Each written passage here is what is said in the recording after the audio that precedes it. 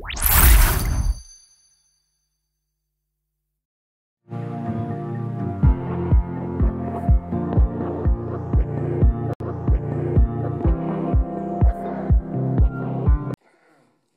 le Président, mes chers collègues, cette carte des formations présente une satisfaction importante pour notre région, la dynamique de création de formations dans nos lycées agricoles. Elle s'inscrit dans une dynamique au niveau national, puisqu'en 2019 et 2024, les effectifs de l'enseignement agricole ont progressé de 6%. C'est une tendance qu'il convient encore aujourd'hui à renforcer. Avec plus d'un tiers des agriculteurs partant à la retraite d'ici 10 ans dans notre région, les jeunes qui se forment dans l'enseignement agricole sont les forces vives dont notre société a besoin pour demain, aussi bien pour la souveraineté alimentaire que pour la transition écologique et énergétique. Les métiers agricoles sont plus que jamais au cœur des métiers dits de demain. L'enjeu de la formation, c'est la valorisation des métiers d'agriculteurs et surtout de la diversité des métiers.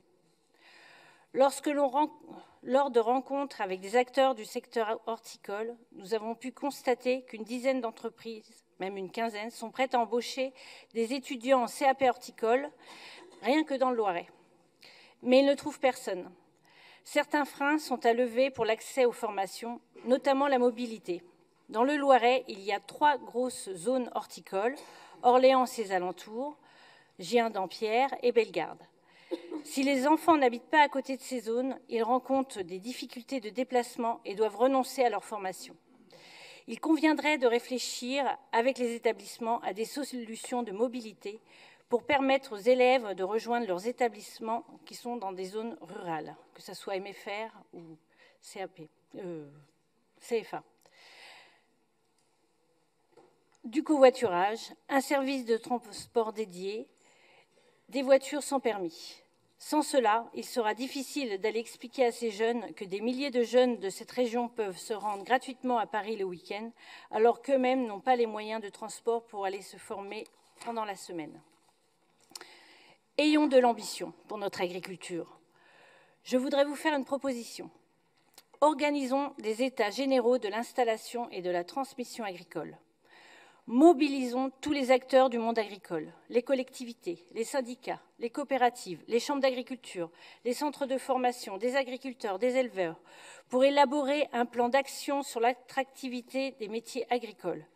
Cette démarche a été initiée dans la région Bretagne et mériterait d'être dupliquée dans notre région.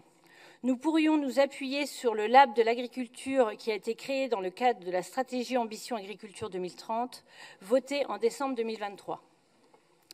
Notre agriculture régionale est à un tournant. L'enjeu du soutien de notre collectivité à toutes les femmes et les hommes du secteur et du renouvellement des générations doit être au cœur de notre priorité pour les années à venir. Je vous remercie.